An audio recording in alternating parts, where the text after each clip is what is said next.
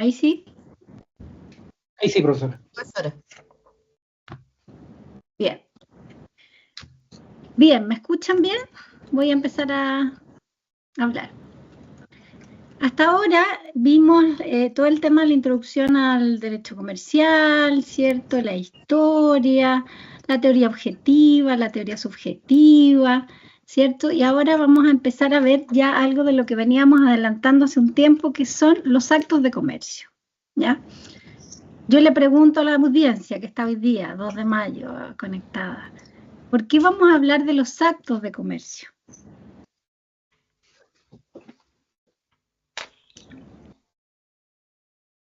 El que quiera me responde. ¿Por qué vamos a hablar de los actos de comercio?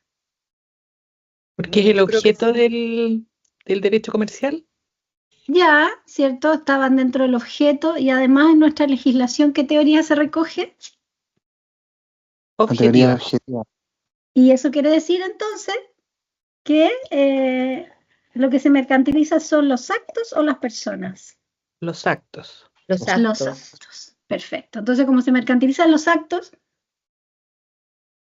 vamos a hablar de los actos de comercio. Lo primero que hay que decir es que cuando el legislador asume este criterio, ya lo habíamos dicho antes, toma un artículo del Código de Comercio y enumera los actos de comercio. ¿Ya? Algunos dicen que debería haber definido a los actos de comercio, sin embargo, esa no fue la definición del legislador, sino que más bien fue enumerarlo. ¿Ya? Si hubiese dado una definición, todo aquello que cabe dentro de esa definición habría sido un acto de comercio, sin embargo, al no hacerlo, tenemos que ir a los numerales. ¿Qué nociones generales vamos a tener de los actos de comercio? Ya hemos hablado largamente de que en sus orígenes el derecho comercial era consuetudinario y profesional.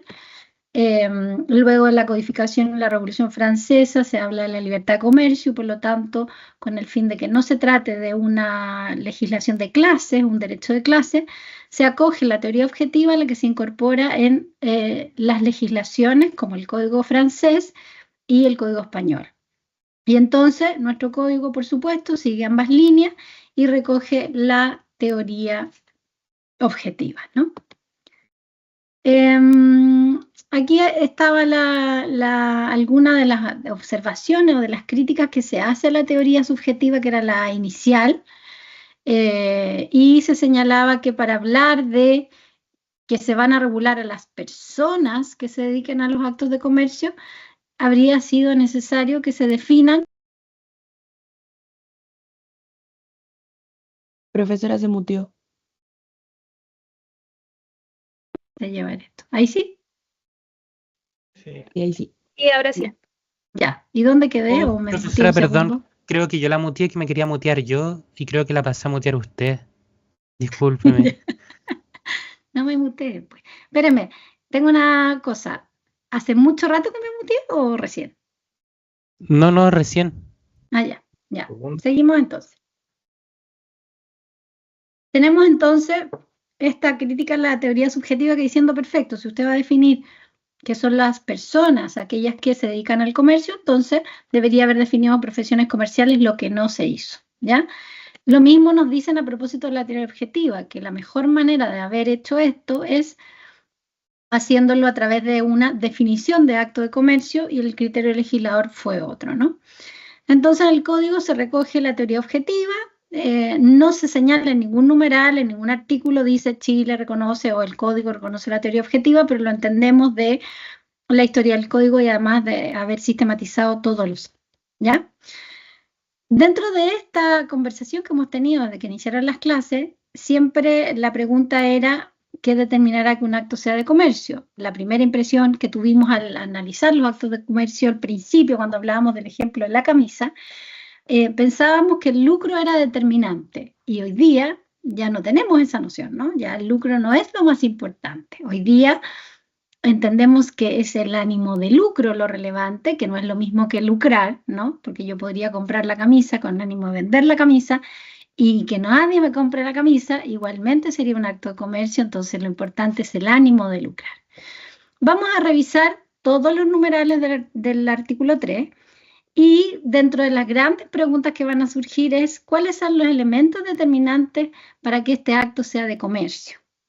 Se refiere a actos que están definidos per se por una intermediación entre productores y consumidores, o se refiere a actos que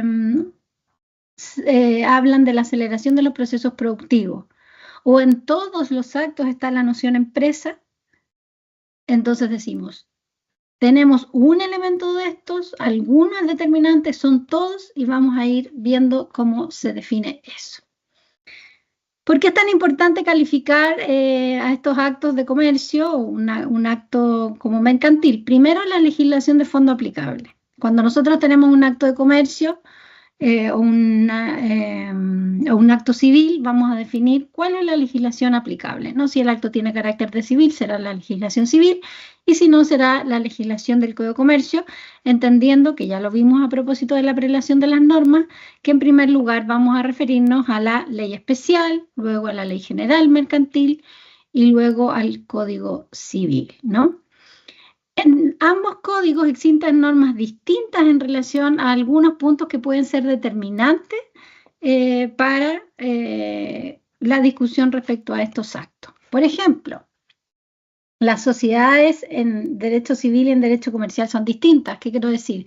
Que si una sociedad es civil, lo vamos a ver en el siguiente curso, si una sociedad es civil o una sociedad es comercial, se va a constituir en algunos casos de manera diversa y va a tener efectos distintos sobre el patrimonio de los socios.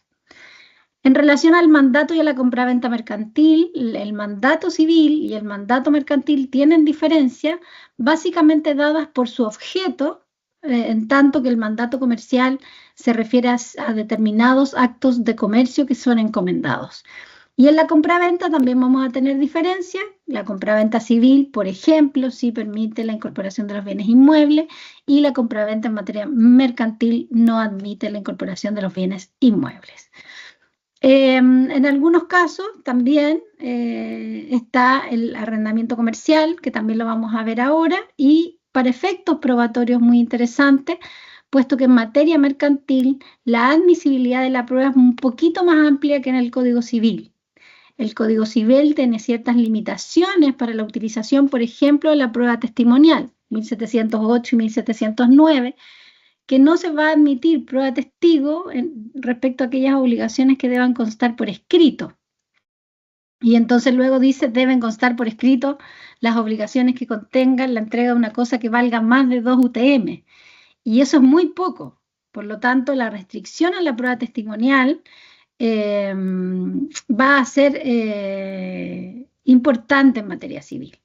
Sin embargo, en materia mercantil se amplía el uso de la prueba testimonial y se incorporan otros medios de prueba, como por ejemplo los libros de contabilidad, que es un tema que también vamos a ver cómo podemos usar los libros de contabilidad como medio de prueba en juicio, y también informe de perito en materia comercial, que también, o sea, en derecho marítimo sobre todo, que también lo vamos a comentar. Por lo tanto, esta determinación de los medios de prueba, en tanto el acto civil o comercial, es relevante. El 128 así lo dice, es admisible en negocios mercantiles la prueba testimonial, independiente de la cantidad a la que se refiera y aquello que se trate de probar. Y también incluso se puede admitir la prueba de testigo cuando altero o adiciona el contenido de escrituras públicas, cosa que por supuesto en materia civil no es posible, ¿ya? También ahí estaban los libros de contabilidad que no están considerados como medio probatorio en materia civil. Sí se pueden utilizar con ciertas restricciones en materia comercial. Lo hablaba yo en algún momento y se refiere básicamente a juicio entre comerciantes y por una causa de comercio, ¿ya? Esto lo vamos a profundizar más adelante, pero que lo tengan presente. También para fines profesionales, o sea, si es que hay una persona que se dedica de manera profesional a la realización de alguno de los actos del artículo 3, esa persona, de acuerdo al artículo 7, va a ser considerado comerciante siempre que tenga la capacidad para contratar y haga del comercio su profesión habitual. Aquí, volvemos. Estamos hablando del comerciante porque el código impone obligaciones especiales a quienes se dedican de manera habitual, de manera profesional al comercio. Esto no quiere decir que nuestro código regule, ¿cierto?, los actos de los comerciantes, porque lo que regula son los actos en general. Acuérdese, no nos distraemos con la incorporación de la definición del 7, señalando, mira, ¿es importante el 7? Sí, porque nos dice cuándo alguien va a ser comerciante. Y luego impone obligaciones, vamos a ver del 7 en adelante, especiales para aquellos que se dedican de manera profesional al comercio. Pero el código en el número 3 habla de los actos independientes de las personas que realicen aquellos actos, ¿ya? Respecto a la capacidad, tenemos normas especiales en relación a la capacidad. Por ejemplo, lo voy a nombrar yo en algún momento. Tenemos al menor adulto, que él puede realizar el comercio y los actos de comercio que él realice podrían formar parte de su peculio profesional y por lo tanto él podrá ejercer el comercio sin la representación de nadie, ¿no? Y siempre declarando que lo hace en virtud de su peculio profesional. En relación, por ejemplo, que es un caso particular, la mujer casada en sociedad conyugal, ¿ya vieron regímenes patrimoniales del matrimonio? En eso estamos, profesora. En eso están, ya. Y entonces hablamos de la sociedad conyugal, ¿cierto? Cuénteme. Nosotros aún no hemos visto eso. Ah, ok. Pero saben, ya Gerardina me estaba comentando, ¿cierto? Pero ¿saben lo que es la sociedad conyugal más o menos? Sí. Ya, entonces yo, un poco hablando en términos generales, tenemos la sociedad conyugal, que es este régimen patrimonial del matrimonio, ¿cierto? Donde el marido es el administrador de la sociedad conyugal. En realidad, ¿en qué calidad es administrador de la sociedad conyugal? Lo que lo están viendo, no han llegado a eso todavía. Es el jefe de la sociedad conyugal, como jefe. El administrador de la sociedad conyugal, ¿no? Él administra la sociedad conyugal y administra los bienes propios de la mujer, administra sus bienes propios, lo estoy diciendo de manera muy general, después ustedes lo van a profundizar en civil, y además hay un patrimonio que es social, ¿ya? Que es común. Y en el fondo, en palabras muy sencillas, yo voy a tener un patrimonio personal antes de casarme, mi marido tendrá un patrimonio personal antes de casarse, y además vamos a tener un patrimonio que va a ser común y que va a ser todo aquello que adquiramos durante el matrimonio, ¿ya? Y todo lo que adquiramos durante el matrimonio lo va a administrar el marido. Dicho esto, en esta hipótesis, ¿no?, en que es el marido el que administra todos los patrimonios, la mujer se queda sin administrar nada. Por lo tanto, frente a este primer escenario, si yo le hiciera la pregunta a usted si la mujer casada puede ejercer el comercio, la respuesta sería la mujer casada en sociedad conyugal. No podría. No podría, ¿cierto? Porque siempre tendría que actuar, digo, no personalmente, pero tendría que concurrir el marido siempre, en tanto él administra los bienes. ¿Cuándo la mujer podría ejercer el comercio? En virtud del patrimonio reservado. ¿Han hablado del patrimonio reservado de la mujer casada? Sí. Es el patrimonio de la mujer que gana con su propio mérito, que se separa del patrimonio de la sociedad conyugal. Claro. Debe tener un trabajo remunerado para tener ¿cierto? Para adquirir el artículo 150. Así es, tiene un trabajo remunerado y como muy bien decía su compañero, es un trabajo separado del marido, ¿cierto? Y ahí seguramente el profesor les explicó que por qué se refería a un patrimonio separado del marido, porque no podía decir va a tener un trabajo distinto del marido. ¿Por qué no puede decir que es un trabajo distinto del marido? Porque piense usted que yo soy abogado y si yo tengo un marido y mi marido es abogado, yo no podría tener patrimonio reservado porque tenemos el mismo trabajo. Por eso el legislador no habló del mismo trabajo, ¿no? Lo que obtenga de un mismo trabajo. Luego tampoco habla el código de un trabajo independiente del marido. Porque ¿qué pasa si yo estoy en una empresa y el marido es el gerente y yo soy la secretaria? Habría una dependencia ahí, ¿no? Y todo lo que yo gane como secretaria entonces tendría que entrar o no podría formar parte del patrimonio separado del marido, o sea, de la mujer, perdón. Por eso el legislador habla de un patrimonio separado del marido y la explicación es que no puede ser el mismo trabajo, puede ser un trabajo en que exista dependencia y subordinación desde el punto de vista del contrato de trabajo, pero lo que no tiene que haber es que este trabajo que yo realizo lo hago en cumplimiento de aquel deber del matrimonio de colaboración con el marido. Si los dos tenemos un negocio y yo lo ayudo, o él tiene un negocio y yo le colaboro en el negocio, no sería un trabajo separado del marido, porque yo estaría cumpliendo con el deber de colaboración que me impone el matrimonio. Por lo tanto, tiene que ser un trabajo separado del marido. Todo lo que la mujer gana en virtud del patrimonio separado del marido, de acuerdo al 150, forma un patrimonio especial. Y ese patrimonio se llama patrimonio reservado a la mujer casada. Pero fíjese que hay otros patrimonios que podrían entrar dentro del patrimonio reservado a la mujer casada. ¿Lo vieron?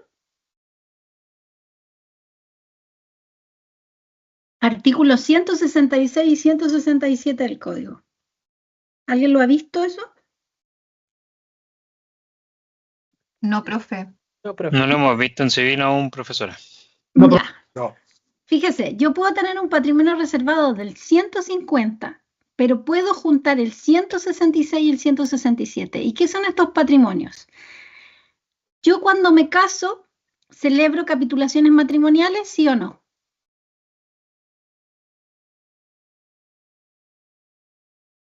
Sí, profesora. ¿Y cuáles son? Profe, ¿cuáles son? solo para complementar, la mayoría estamos en la introducción del derecho a familia, como para que no se hagan muchas expectativas.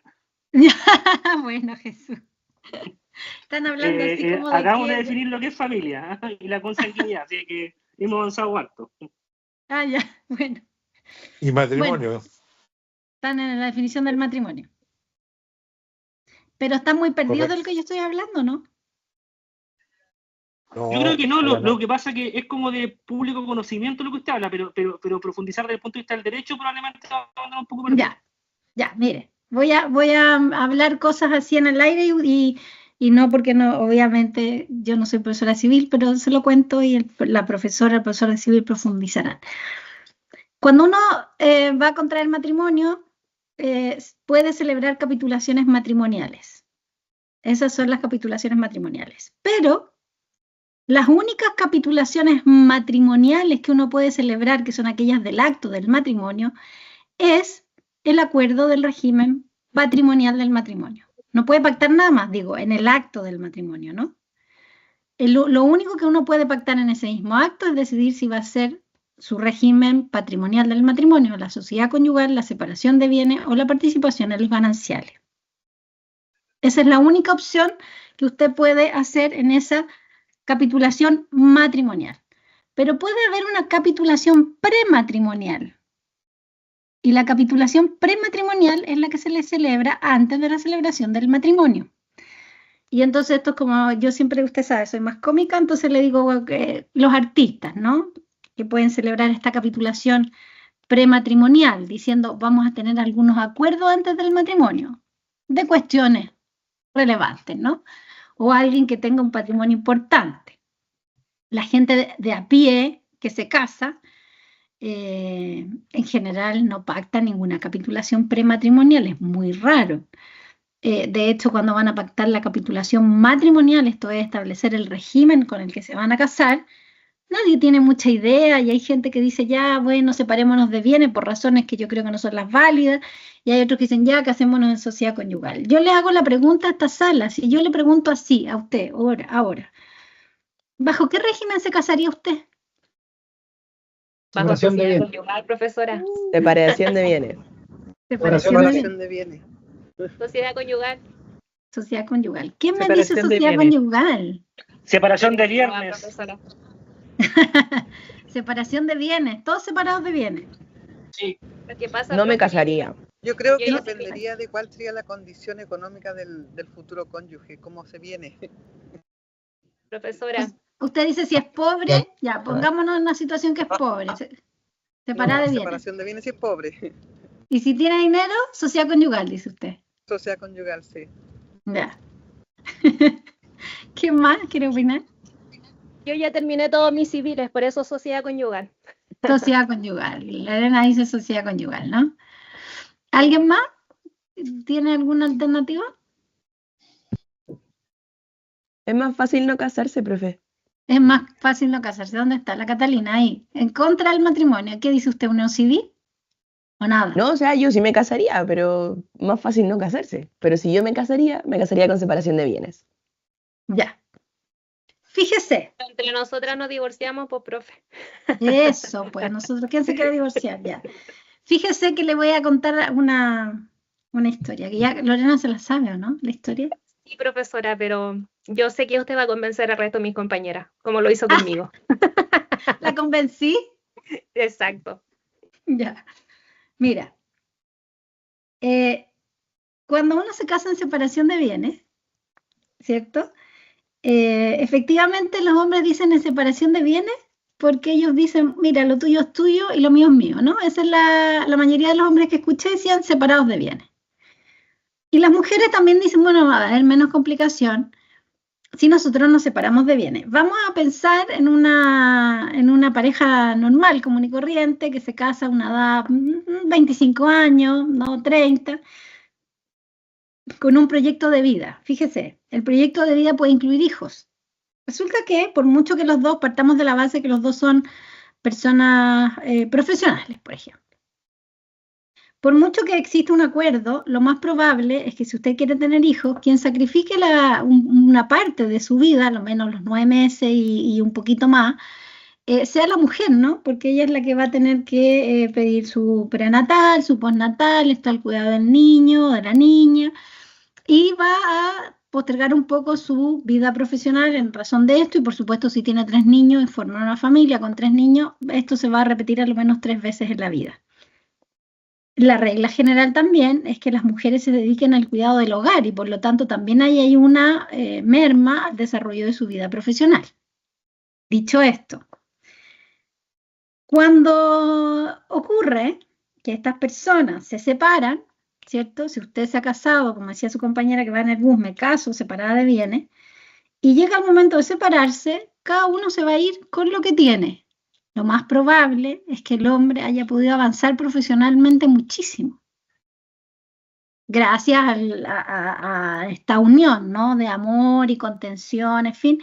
Y lo más probable es que la mujer, digo, esto es estadísticamente, no le estoy diciendo, puede ser que hay casos excepcionales que es al revés.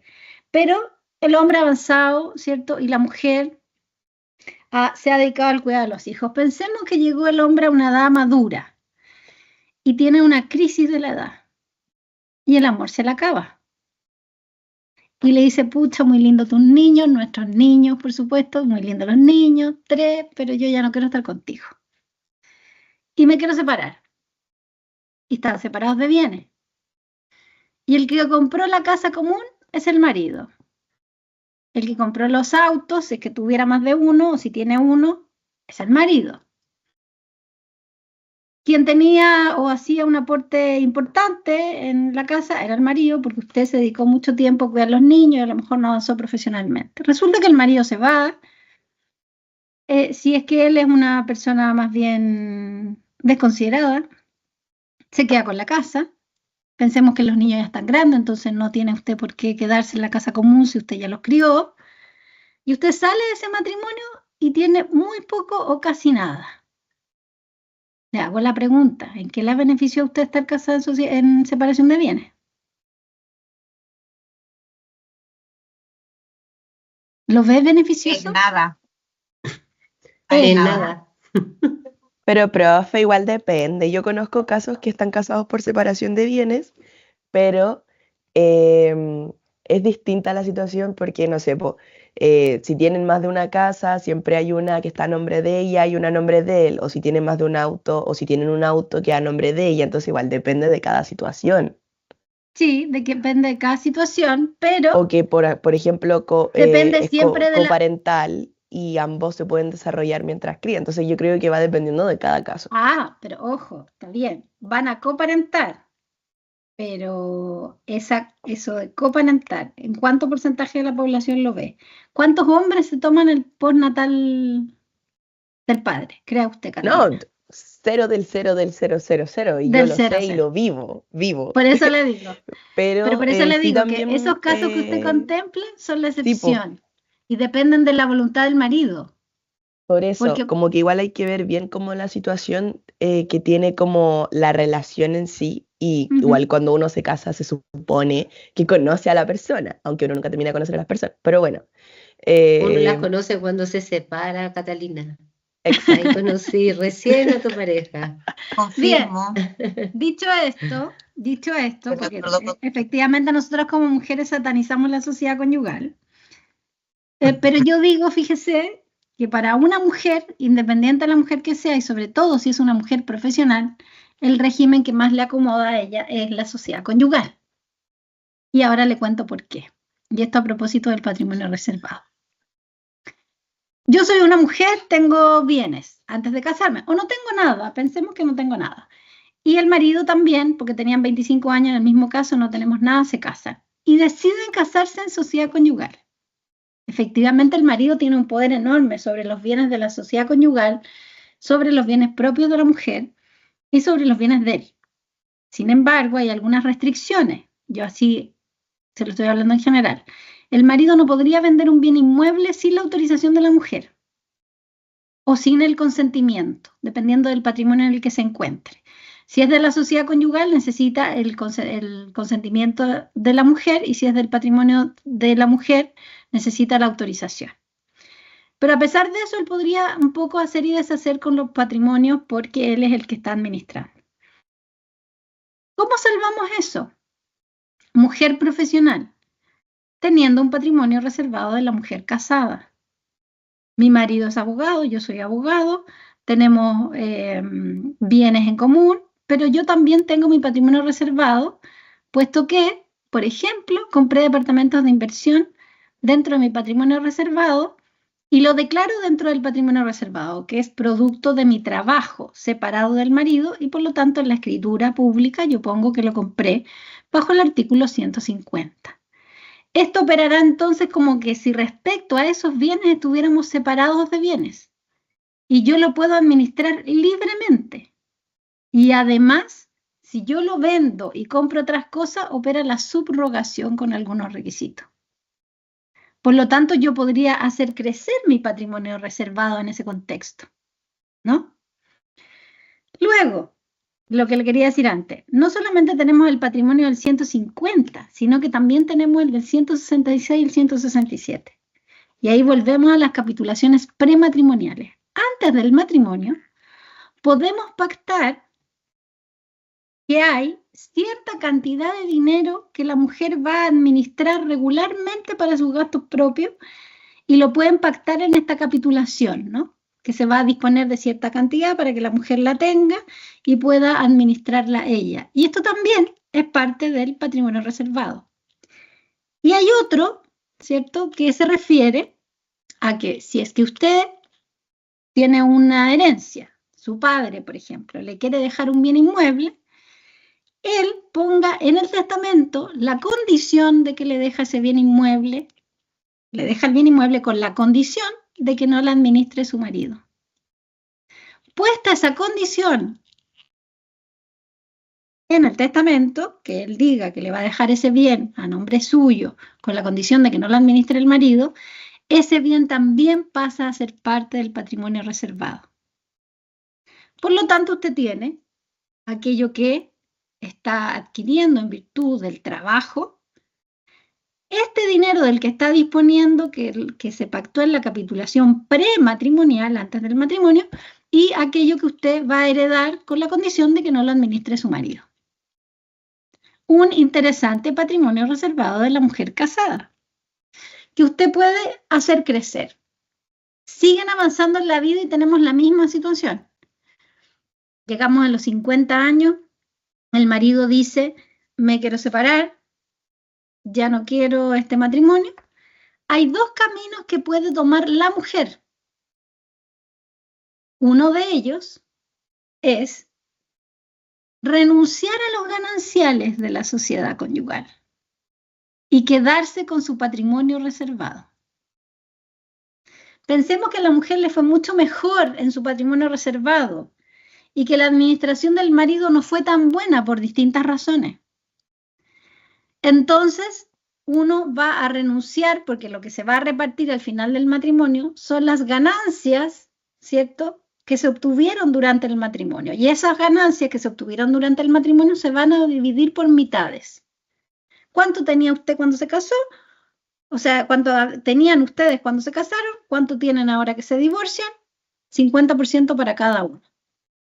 Si al marido le fue estupendamente, ¿cierto?, en su administración, seguramente usted deberá observar si es más conveniente para usted participar de las ganancias de esa administración. Pero si al marido no le fue tan bien y en la administración de esa sociedad conyugal casi no hay bienes, pero resulta que usted en su patrimonio reservado le fue bien, usted dice, perfecto, yo me quedo con mi patrimonio reservado y renuncio a los gananciales de la sociedad conyugal. Pero también puede ocurrir que a usted le fue mal en la administración de su patrimonio reservado. En ese caso, usted junta su patrimonio reservado al patrimonio de la sociedad y lo dividen por mitades. Entonces, usted va a tener siempre la decisión de elegir qué es lo más conveniente para usted. ¿Por qué se le da este poder a la mujer, que hoy día es cuestionado también por algunos abogados hombres que dicen que ya no es la situación histórica de la mujer, en fin? Es porque el administrador de la sociedad conyugal, que era el marido, tenía muchísimo poder sobre la sociedad. Y un poco para balancear esto se dice, bueno, entonces que la mujer pueda tener un patrimonio reservado, que pueda intervenir con algunas, algunas autorizaciones o consentimientos, porque perfectamente el marido en una sociedad conyugal puede hacer lo que quiera y puede dejar a la familia en la ruina. ¿Cierto? Eso podría ocurrir y ha ocurrido. Entonces, cuando yo me caso en sociedad conyugal, por supuesto que si yo soy una persona de a pie y no tengo idea de la existencia de este patrimonio reservado, no va a ser beneficioso. Pero si usted es Gerardina, que la veo ahí en la pantalla, y estudió Derecho y sabe cómo ir armando su propio patrimonio reservado, es una garantía para usted tener el patrimonio reservado, y en caso que a usted le vaya mal, o que efectivamente se quiera dedicar a la maternidad durante años, porque el ejemplo que yo puse, efectivamente una mujer que solamente se tomó los descansos por maternidad mínimo, pero a lo mejor hay una decisión familiar en la que deciden como pareja que usted se quede 10 años cuidando de los hijos, por ejemplo. Y en ese caso también usted tiene esta garantía de que, bueno, si el marido está produciendo, es gracias al cuidado que está haciendo la mujer de los hijos. Y entonces la mujer debería corresponderle algo de eso que está produciendo el marido. Y la mujer va a tener la opción, en virtud de la sociedad conyugal, que no la tiene en la separación de bienes.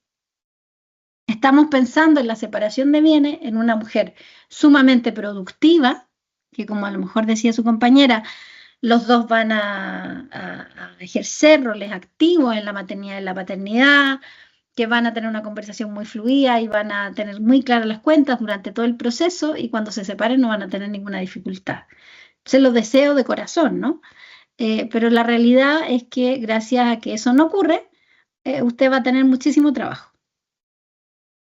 Porque lo más probable es que cuando termine el matrimonio de cualquier persona, A, B, Z, no estamos hablando de alguien en particular, eso genere una tremenda disputa. Y es lo mismo que pasa cuando terminan las sociedades comerciales. Somos muy amigos cuando queremos constituir una sociedad y somos muy enemigos cuando queremos terminarlo, queremos sacar un socio que ya no nos acomoda. En el matrimonio somos muy amigos, estamos felices. Hay gente que dice, ¿para qué vamos a hablar de plata en este momento? O sea, imagínate manchar este momento lleno de ilusión, de amor, estamos eligiendo la torta, estamos mandando las invitaciones. ¿Qué vamos a empañar este momento hablando de plata? Qué feo, diciendo qué régimen patrimonial, porque además está sobre la mesa. Usted sabe que a la gente no le gusta mucho hablar de plata tan directamente, entonces está sobre la mesa el decir, Y si yo digo sociedad conyugal es porque me quiero aprovechar. Y si yo digo separación de bienes, en el caso de los hombres que decían aquí, no, separación de bienes, profesora. Y si yo digo separación de bienes porque la quiero poco, porque a lo mejor si voy y le digo, no, yo me quiero casar en separación de bienes, ella va a decir, mucha, entonces él no me quiere tanto, porque ¿por qué le preocupa tanto estar casado en separación de bienes? Y al revés, ¿no? Podrías entenderse que la sociedad conyugal es como incómoda, ¿por qué vamos a mezclar las platas? Por tanto, aquella satanización, es decir, a la mujer no le conviene estar casada en sociedad conyugal porque el marido administra todo, es relativo. ¿Y por qué es relativo? Porque a una mujer profesional, estudiante de Derecho, si sabe cómo formar su patrimonio al 150, capaz que le convenga. Porque ahí se aplica el dicho de la mujer, lo mío es mío y lo tuyo es mío si quiero. Porque el marido no tiene la opción de elegir. El marido siempre va a recibir la mitad de lo que se ganó en la sociedad conyugal. Y él va a administrar. Pero la mujer sí puede decidir en qué administración le fue mejor y con cuál se queda. Y eso puede ser una ventaja. En un mundo que todavía no es tan igualitario como el que planteaba Catalina. Catalina. Sí, es que, bueno, respecto a eso también, mucha gente, sobre todo como gente de mi edad, dicen así como, no, es que con todo lo que pasa hoy en día, con todos los movimientos feministas, que no se casan por sociedad conyugal porque encuentran que es un régimen muy machista al respecto. Y que, Es por porque no lo ejemplo, conocen. claro, ha habido como un debate respecto a eso, como varios lados con los que he estado, como sobre todo en conversaciones con mis amigos, como comentario solamente, yo no opino nada al respecto. Que si es que, no sé, pues, si es que fuese la opción de que la mujer pudiese también como, no sé cómo se dice, como manejar el régimen conyugal. Administrar el régimen de la sociedad Claro, conyugal. administrarlo, podría como elegir eso. Igual es un tema como súper... ¿Pero lo dicen ellos o lo dicen ellas? Ambas partes, eso es lo que más me llama la atención. Entonces, ¿Pero es ellos bien... saben lo que es el régimen de sociedad conyugal o lo dicen como persona de a pie neófita? Algunos como de pie neófita y otros como estudiantes también de derecho, como de otras universidades o de otro tipo de carreras también, como en conversación, no sé, pues como de una junta de un sábado, de un viernes. Yeah. Como que Claro. igual es interesante como ver el contraste. Eso. Claro, que era lo que yo le decía. Yo creo que precisamente si nosotros estamos hablando de una mujer que no sabe, puede ser un régimen que no sea garantista de los derechos de la mujer. Pero así como está hoy día, y si esa persona sabe, es yo creo que es el mejor, si usted me pregunta a mí, es el mejor régimen en el que se puede casar una mujer hoy día. A menos que, por supuesto, usted sea Donald Trump o a lo mejor usted sea Bill Gates. Claro, en esos casos hay que casarse en separación de bienes, ¿no? O sea, si usted, qué sé yo, es una mujer que tiene mucho dinero y su novio tiene mucho dinero, es mejor casarse en separación de bienes porque efectivamente estamos pensando en grandes capitales y no hay que, y ahí la idea de juntar los patrimonios es sumamente compleja, ¿ya? Pero en el ejemplo que le digo yo, que es una persona de a pie, en que son dos profesionales que cuando se casaron no tenían nada, o muy poco, ¿cierto? Luego, en el desarrollo del matrimonio, en general, es más garantista de la mujer la sociedad conyugal. Es una quimera la separación de bienes decir que es garantista de la mujer. ¿En qué es garantista de la mujer? Sí, incluso desde el punto de vista que usted señala, Catalina, del machismo, hoy día todavía los hombres ganan más que las mujeres. Hoy día los hombres tienen cargos más altos que las mujeres. ¿En qué le puede beneficiar a la mujer casarse en separación de bienes si es que esas garantías no están dadas, ¿no? Y muchas otras garantías. Y muchas otras garantías como el cuidado de los hijos, Catalina. Entonces, claro, si nos ponemos en el escenario ideal y tenemos al la super pareja que todo lo habla y que están de acuerdo en todo y todo lo demás, por supuesto.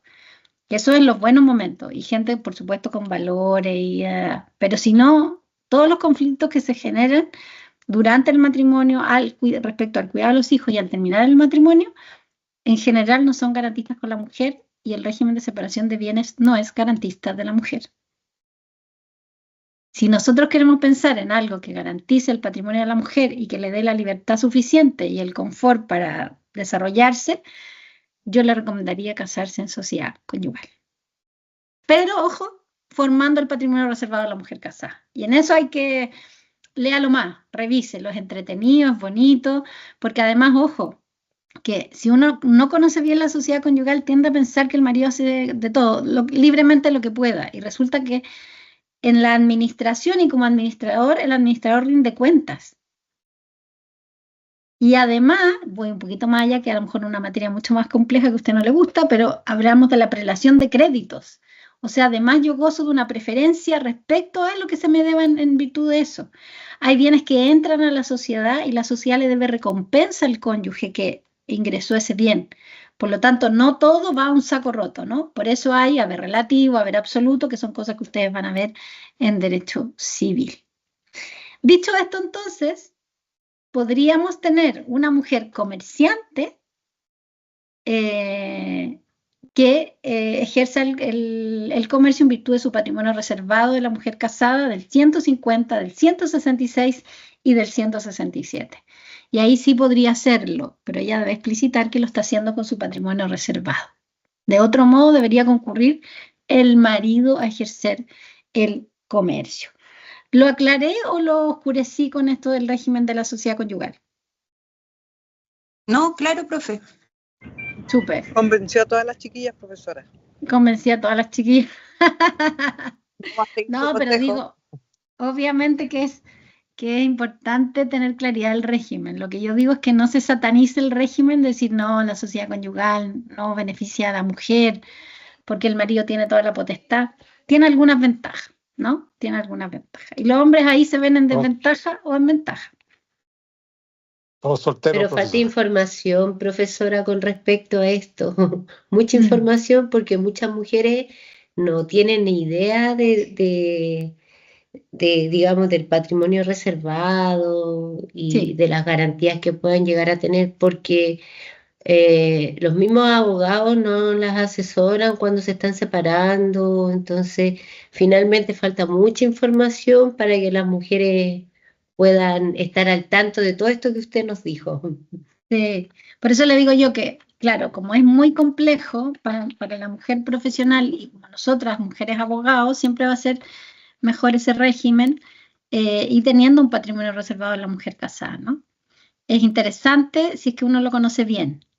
Y entonces, y es más interesante que mujeres y hombres también puedan revisar estos temas que de repente son un poco escabrosos porque en general yo creo que en las carreras de derecho, como es un poco complicado porque son números, patrimonios que se dividen, que van, que vienen, que un bien entra, que debo recompensa, que un montón de cosas, un poco a uno no le gusta tanto el tema, ¿no? No se mete tanto a revisar este tema y de hecho no sé si a los estudiantes de derecho les gusta que se los pregunten en el examen de grado, una cosa como esta. Pero es muy interesante y es muy bonito. Yo espero que en civil lo vean de ese modo, porque es muy bonito de verdad.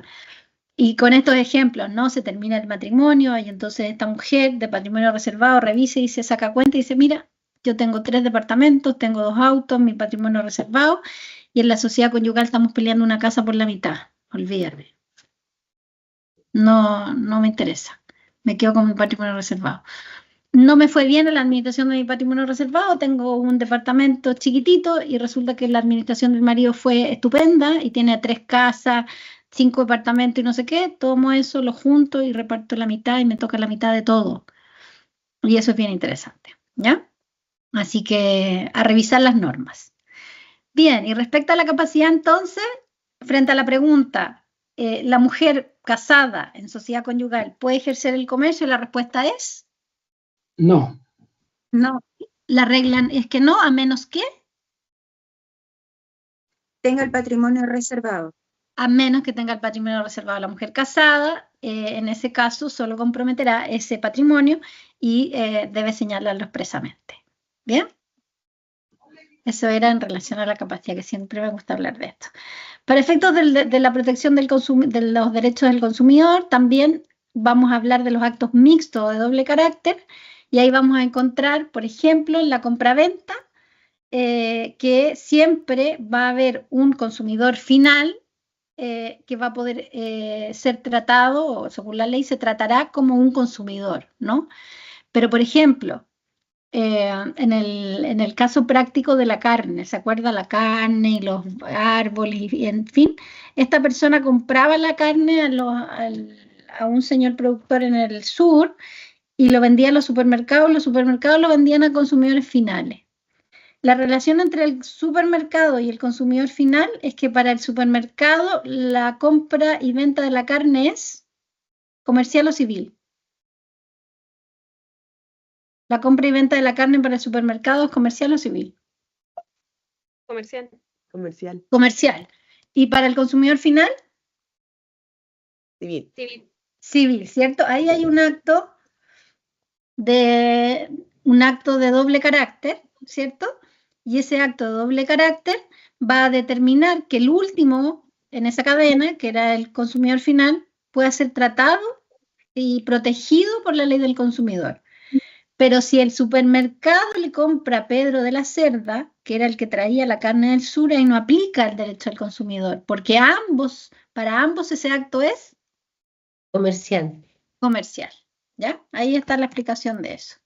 Bien, hay 4 problemas que surgen a propósito de la mercantilidad, y voy a referirme a estos 4 de manera somera, porque la próxima clase los vamos a ver en profundidad. Lo primero es el rol de la voluntad de las partes. El segundo es la teoría del accesorio. El tercero son los actos mixtos de doble carácter. Y el cuarto, la mercantilidad de los inmuebles.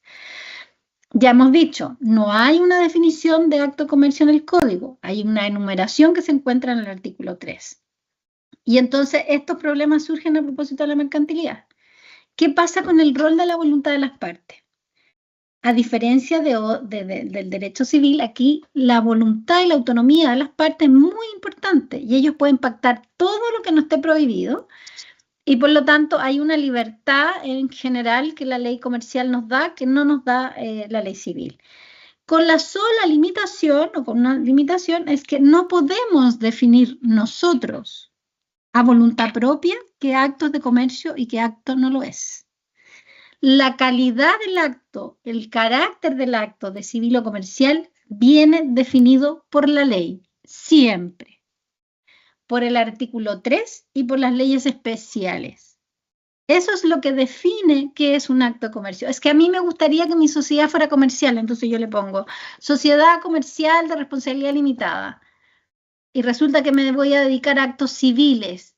Eso no es una sociedad comercial. Usted quiso, le puso el nombre, pero no es comercial, porque lo que define que una sociedad sea comercial es el objeto, ¿ya? Por lo tanto, usted puede señalar en su contrato que ese acto será comercial, pero si es que no lo define la ley como comercial, no podrá definirlo el acuerdo de las partes, ¿ya? Por lo tanto, el rol de la voluntad de las partes es importante en todo, excepto en la determinación del carácter de civil o comercial del acto. ¿Qué pasa con la teoría de los accesorios? Segundo problema a propósito de la mercantilidad de los actos. Y aquí me gusta mucho, y por eso lo puse, esta expresión del profesor Ricardo Sandoval, que habla de que esta teoría de los accesorios consiste en presumir mercantiles ciertos actos cuando se relacionan con una profesión, actividad o acto jurídico principal de carácter comercial, ya sea porque lo facilitan, contribuyen a acrecentarlo, a realizarlo o lo garantizan. Y la misma teoría se aplica para los actos civiles. Ejemplo, y aquí le pongo el ejemplo. No se lo voy a leer, se lo voy a decir yo. Fíjese, multitienda, una multitienda y camisas. Una multitienda que vende camisas italianas, para seguir con el ejemplo de las camisas italianas, una multitienda que vende camisas italianas, cuando compra y vende las camisas, ese acto es civil o comercial. Una multitienda que se dedica a la compra y venta de camisas, esa compra y venta es civil o comercial. ¿Comercial? Comercial, perfecto. Resulta que esa multitienda que vende camisas compra computadores como cajas registradoras para concretar la venta. ¿Ese acto es civil o comercial? Civil, no es producto del giro. Civil. Civil. Sin embargo, ¿qué ocurre? ¿Para qué compré las cajas registradoras? Es accesorio. Exacto. ¿Para qué la compré? De acuerdo a lo que dice esta la venta, a la transacción. Para completarla, ya. Y entonces, ¿qué es lo que hace? Facilita o contribuye, ¿cierto?, a la realización de aquel acto de la compra y venta de las camisas. Este acto nace como un acto civil. Si nosotros lo miramos independiente, solito, nos vamos a dar cuenta que es un acto civil, porque yo no compré las cajas registradoras para vender las cajas registradoras, ¿cierto? Los computadores como caja registradora. No lo hice con ese motivo, ¿no? Por lo tanto, ese acto en esencia es civil. Civil. Sin embargo, y aquí atención máxima, se mercantiliza por aplicación de la teoría de lo accesorio porque complementa una actividad principal que es comercial, que es la compra y venta de camisa. ¿Se entiende? Sí. Bien. Entonces, fíjese, esto permite ampliar el espectro. Amplío los actos de comercio, porque son los del 3, todos, pero también aquellos que complementan, que contribuyan o accedan a cualquiera del 3. Estoy ampliando los actos de comercio a través de la aplicación de la teoría de lo accesorio. Pero también, al tiro María Paz, termino con el ejemplo inverso y respondo la pregunta. Pero al revés también ocurre. Por ejemplo, soy un agricultor, productor de papas, ¿cierto? Y entonces, para vender las papas, compro cajas para vender las papas en cajas. ¿Esa compra de las cajas es civil o mercantil? Mercantil porque complementan el tema de la venta de las papas. ¿Qué pasa con la agricultura? En alguna clase lo dije. La agricultura, por estar en el sector primario de la economía, siempre va a ser civil. Por lo tanto, el señor que va a cultivar las papas y después las vende, para él ese acto es civil. No hay intermediación. Si él, por ejemplo, le vende las papas a alguien del mercado y ese del mercado se lo vende a otro, por supuesto que los demás sí. Pero el agricultor que cultiva la papa y vende la papa, ese acto es civil, porque la agricultura está excluida de la mercantilidad porque es una actividad primaria de la economía. Y cuando nosotros hablamos de los actos de comercio, estamos hablando de esta idea de la intermediación. ¿Se fija? Dicho esto, voy a vender las papas como agricultor. ¿El acto que hace el agricultor de cultivar las papas y vender la papa es civil o mercantil? Civil. Civil. Si ese agricultor compra cajas para vender las cajas con las papas, ¿la compra y venta de la caja es civil o mercantil? Civil. ¿Civil por qué? Porque el agricultor está dentro de la primera actividad comercial. Claro, pero en la venta de la papa, ¿qué pasa con la caja? La caja la compró para vender la caja con papas. Y accesoria a lo civil. Accesoria a la civil. Lo que le quiero decir, si yo miro por separado la compra de la caja para vender la caja con papas, ¿esa compra de la caja es civil o mercantil? Si lo miro solito. Mercantil. Mercantil porque compro la caja para vender la caja, ¿cierto? Sí. Sin embargo, ese acto se civiliza por aplicación de la teoría de lo accesorio. ¿Por qué? Porque se convierte en civil porque la compra de la caja complementa la actividad principal del agricultor. ¿Es así? ¿Está de acuerdo conmigo? Entonces, en el ejemplo anterior de la multitienda que vende las camisas y compra los computadores como cajas registradoras, se amplía el objeto del derecho comercial. O sea, se amplía, perdón, los actos de comercio, ¿no? Porque vamos a introducir otros que en principio no estaban. En el caso del agricultor con las cajas, el acto que en principio era mercantil se va a transformar en civil porque complementa una actividad principal que es civil, que es la agricultura. Y por lo tanto ese acto se civiliza, sale del comercio. Y entonces lo que ocurre aquí es que restringimos el concepto de la mercantilidad. Lo sacamos de la mercantilidad y lo traemos a lo civil. El concepto de la mercantilidad se puede ampliar o restringir en virtud de la aplicación de la teoría de lo accesorio. Actos que en principio eran mercantiles se pueden civilizar, o sea, pueden transformarse en civiles porque complementan una actividad principal que es civil. El ejemplo, el agricultor de la papa.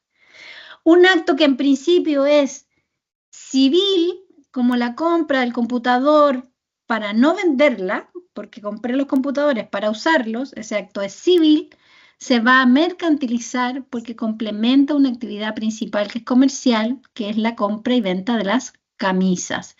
Facilita la compra y venta de las camisas y por lo tanto ese acto que en principio era civil se va a mercantilizar por aplicación de la teoría de lo accesorio. ¿Dudas? Manos levantadas.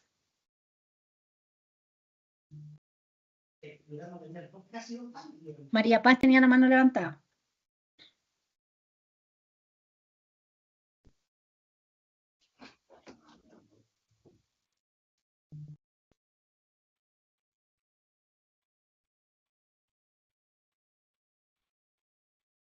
¿No? María Paz no quería preguntarme. Profe, no se le escucha a La Paz. ¿A mí no se me escucha? No, a la María Paz. Ah. Pero la María Paz, ¿será que quiere? Bueno, María Paz.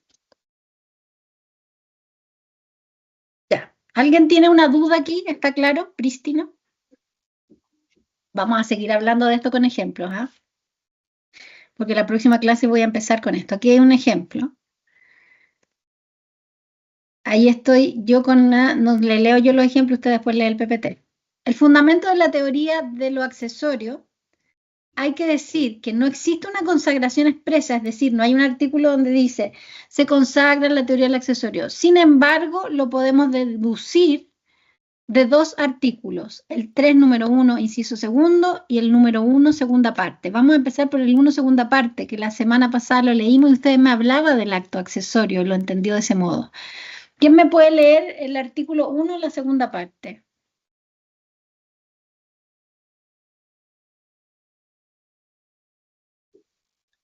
¿Y quién se prepara con el artículo 3 número 1 inciso segundo?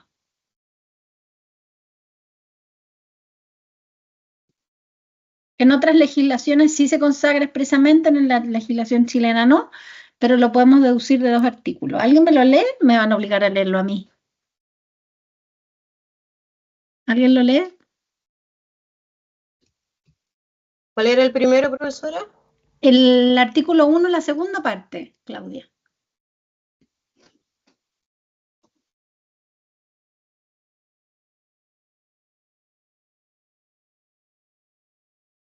Es donde las que contraigan personas, ¿esas? Así. Sí. Las que contraigan personas no comerciantes para asegurar el cumplimiento de obligaciones comerciales. Y las que hasta ahí. En la segunda parte del artículo 1 hablábamos de las obligaciones accesorias, porque en la primera parte hablábamos de las principales. ¿Se acuerda que la semana pasada tuvimos la discusión comerciantes, no comerciantes, lo eliminamos? Y la primera parte se refería a obligaciones principales y la segunda parte a obligaciones accesorias. Ahí hay un primer reconocimiento de que obligaciones accesorias también se van a regular por el código, pero es más claro en el 3 número 1 inciso segundo. Leámoslo. Son actos de comercio de parte de uno de los contratantes y de parte de ambos, y sigue. Número 1.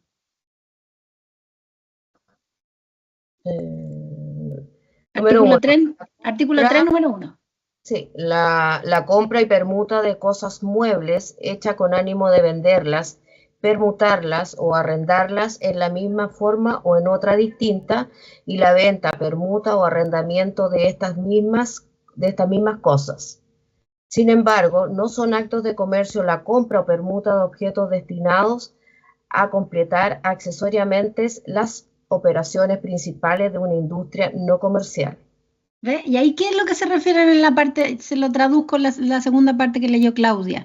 Dice, son comerciales la compraventa que se haga con el ánimo de vender, arrendar o permutar, la compraventa de las camisas que hemos visto. Sin embargo, no lo serán aun cuando cumplan los requisitos de arriba aquellas que complementen actividades no comerciales. Las actividades no comerciales, bueno, entender pocas palabras, son las civiles. O sea, si hay un acto que cumple con todos los requisitos del primer inciso de este numeral, ¿cierto?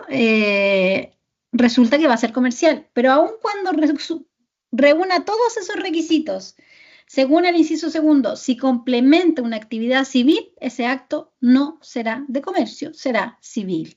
Y ahí está consagrada más claramente la teoría de lo accesorio. Frente a la pregunta, ¿la teoría accesoria está consagrada expresamente en el código? La respuesta es... ¿Curso mío? ¿Que se quedó dormido? La respuesta es no. No. No está consagrado expresamente en la ley, como en otras legislaciones donde se señala un artículo donde dice se considera la teoría del accesorio como un principio general. Pero sí lo podemos deducir del análisis de dos artículos. El artículo 1 en la segunda parte y el artículo 3, número 1, inciso segundo. Hago la pregunta de nuevo. ¿Existe una consagración expresa en la ley de la teoría del accesorio? La respuesta es No. no. Muy bien. No. No, se deduce de esos dos artículos que acabamos de leer. De los artículos. Así es. Muy bien. Pregunta de prueba. Ahí está la expresión. Tercer problema a propósito de la mercantilidad de los actos es que hay actos que van a ser para las dos partes mercantiles, pero hay actos que van a hacerlo para alguna parte de los que intervienen en el acto. Por ejemplo, en el caso de la carne, don Pedro de la Cerda compra la carne al señor de los animales. Pedro de la Cerda vende al supermercado. Ese acto comercial es comercial para Pedro de la Cerda y para el supermercado. Para ambos es comercial. Pedro de la Cerda compra con ánimo de vender, al supermercado le vende y el supermercado compra con ánimo de vender a un consumidor final. Entre Pedro de la Cerda y el supermercado, para los dos ese acto es mercantil. Pero si el supermercado le vende a un consumidor final, para el supermercado es un acto de comercio y para el consumidor final es un acto civil. Ese es un acto de doble carácter. Para una parte es civil y para otra parte es comercial. Pensemos, ¿por qué es importante? Legislación de fondo aplicable. Se va a aplicar la legislación que corresponda a la persona obligada, sea la calidad del acto para ella. Así, si para el obligado es un acto civil, la legislación será civil, la que se aplique. Si para el obligado el acto es mercantil, entonces la legislación aplicable será mercantil. Cada una correrá por su propia legislación. Y fíjese lo importante aquí, usted que ya vio obligaciones, ya las vieron, ¿cierto? Ya, fíjese. Si yo estoy celebrando una compra-venta, yo soy el vendedor, ¿cuál es mi obligación?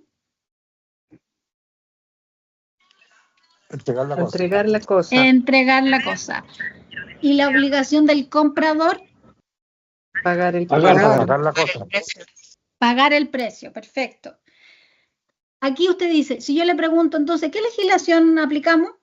Tenemos el caso del supermercado que le vende al consumidor final. Hay un problema entre ellos. ¿Qué legislación aplicamos? ¿Civil o mercantil? Civil. ¿Cómo vas a ver? Civil. ¿Por qué civil?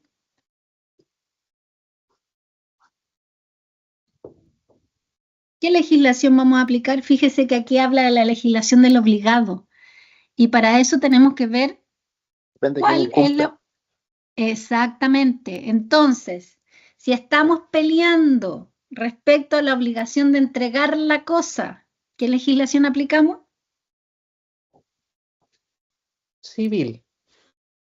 La obligación La comercial porque el supermercado tiene que entregar la cosa y Así es, la comercial, porque quien tiene la obligación de entregar la cosa es el supermercado, y para el supermercado se da actos de comercio, y por lo tanto aplicamos la legislación comercial.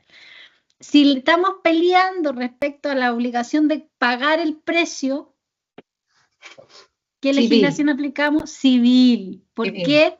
Porque para el consumidor final la legislación, el acto, esa obligación es civil, y por lo tanto tenemos que mirar a qué obligación nos estamos refiriendo. Si yo le pongo el ejemplo, le falta información. Yo le digo, está peleando el supermercado con el consumidor final. ¿Qué legislación aplico? La profesora hizo mal la pregunta porque falta información. ¿Cuál es la obligación en disputa? Si la obligación es la de pagar el precio o la de entregar la cosa. Cuénteme. Pero en el caso en civil también es obligación del vendedor entregar la cosa. Claro. ¿Cómo lo diferencio cuando es en el fondo civil o comercial? Porque también forma parte de... Claro, depende de la obligación que esté disputada. Porque puede ser, pensemos, puede ser que el vendedor haya entregado la cosa y lo que se esté disputando es que no le han pagado el precio. O puede ser que se haya pagado el precio y no se haya entregado la cosa. O que lo que se esté disputando es que la cosa tiene vicios, por ejemplo. Si la cosa tiene vicios, pensemos, yo ya entregué la cosa, el comprador ya pagó el precio, pero la cosa tiene vicios. ¿Qué legislación aplicó? Civil. ¿Por qué? Ley del consumidor. También puede ser civil, ley del consumidor. ¿Puede ser ley del consumidor? Sí, puede ser ¿Por ley la del consumidor. evicción? ¿Por la qué? ¿Por la evicción, por ejemplo? Pero fíjese, el que incumplió la obligación, ¿quién es? El vendedor. El vendedor. ¿Y para el vendedor ese acto es? Comercial. Así es. Obviamente que en términos de evicción están las normas generales, pero pueden aplicarse normas especiales respecto, por ejemplo, a la compra-venta mercantil. Ya. ¿Se fija? ¿Ahí sí? Ya. Sí. Bien. Gracias. La prueba de la obligación, que ya lo hablé. En términos de prueba, tenemos más medios de prueba en materia civil que en materia mercantil. O sea, perdón, en materia mercantil que en materia civil. ¿Por qué? Porque en materia civil la prueba está restringida, 1708 y 1709, donde dice que no se podrá usar prueba testimonial de obligaciones que consistan en la entrega de una cosa que valga más de 2 UTM. Y luego dice, deberán constar por escrito, perdón, ahí está estoy haciendo el nexo, deberán constar por escrito las obligaciones que contengan la entrega de una cosa que valga más de 2 UTM. Y la otra norma dice, no podrán usarse prueba testigo por aquellas obligaciones que deban constar por escrito. Por lo tanto, la restricción, que son 2 UTM, es muy poquita. Y la prueba testimonial se ve muy restringida, porque la puedo ocupar solo respecto a obligaciones menores a ese valor. En materia comercial no existe restricción de valor respecto a la prueba testimonial, y puedo ampliar la prueba testimonial, por ejemplo, a los libros de contabilidad. ¿Ya? Entonces, si estuviéramos ahí, tendríamos que utilizar, por ejemplo, podríamos utilizar prueba testigo en esta discusión que estábamos hablando, referida a la prueba de la obligación. Y el último problema a propósito de la mercantilidad, que ya le hemos hablado, y con esto termino, es que los inmuebles están excluidos de la mercantilidad, ¿ya? Están excluidos de la mercantilidad. Ojo que hay legislaciones que sí lo consideran hoy día, algunas legislaciones ya lo han incorporado, Chile no lo ha incorporado, y esto tiene una razón histórica en relación a la rigidez que tenía la realización de los bienes inmuebles. De hecho, la idea de la palabra del comercio viene de cosa mueble, mercadería, cosa que se puede mover, y por lo tanto quedaron excluidos en la legislación. Hay algunas que la han incorporado. Nuestro código chileno no hablaba más que, cuando hablaba de los establecimientos de comercio, no hablaba de los inmuebles. Sin embargo, en el año 77 se incorpora, y por eso aparece desarticulado. En la próxima clase empezamos a ver todos los artículos, o sea, todos los numerales del artículo. El número 20, que al final, después de todos los actos de comercio marítimo, ¡pum!, aparece de repente el 20, Queda totalmente desarticulado, por supuesto, porque es un numeral que se incorpora tardíamente.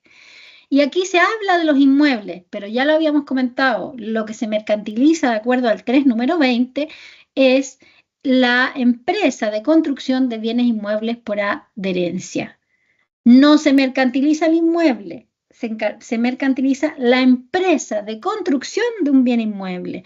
Por lo tanto, frente a la idea equivocada de pensar que porque en el número 3, en el 3 número 20 se incorpora los inmuebles en la mención, estaríamos incorporando los inmuebles a la mercantilidad. Eso es un error.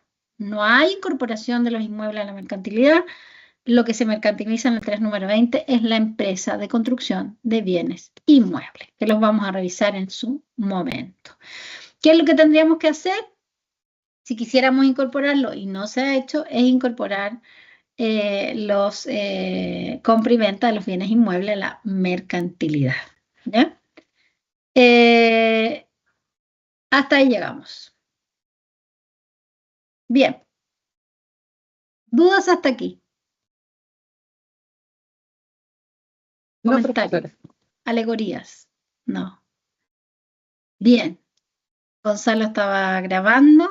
Profe, Dígame. me faltó anotar el punto número 4. ¿Qué cosa le faltó? ¿Que eran 4 problemas a propósito de la mercantilidad? Sí, y no anoté el 4. La mercantilidad de los inmuebles. Ese es el cuarto problema. El cuarto problema. Que era lo que estaba hablando ahora, ¿no? Que podemos pensar que están incorporados, sin embargo, en nuestra legislación no se han incorporado los inmuebles en la mercantilidad. No están en el número 3. ¿Ya? La próxima clase vamos a hacer un breve repaso de esto, de la teoría del accesorio, los actos mixtos, y vamos a empezar a revisar uno a uno los numerales del número 3, empezando por la primera parte hasta el 12, que habla de los actos de comercio terrestre, y del 13 al 19, que habla de los actos de comercio marítimo, terminando con el número 20. Vamos a ver cómo nos va, porque si alcanzamos a terminarlos todos, entonces tenemos ahí una prueba hermosa, redondita, el día 16, 18, por ahí, que es el día de la prueba. ¿Ya? 16. Pero vamos a tratar de avanzar rápido en los numerales, pero yo no creo que alcancemos todo. Me doy por pagar si alcanzamos a llegar al 3 número 6. Con eso me doy por pagar. Pero yo creo que vamos avanzando bien. Así que gracias por la atención, gracias por la conexión. No he cumplido mi palabra, son las 20:17. Usted sabe que yo hablo mucho, nadie me interrumpe. Y nos vemos el próximo viernes. Siga descansando, abrigadito en su casa. Como está la Catalina con el polar ahí. Que llegue bien su compañera a Ovalle. Y los demás disfruten el descanso. Un abrazo grande y nos vemos el próximo viernes en vivo y en directo. Gracias, profesora. Muchas gracias. Muchas gracias. Chao, nos vemos.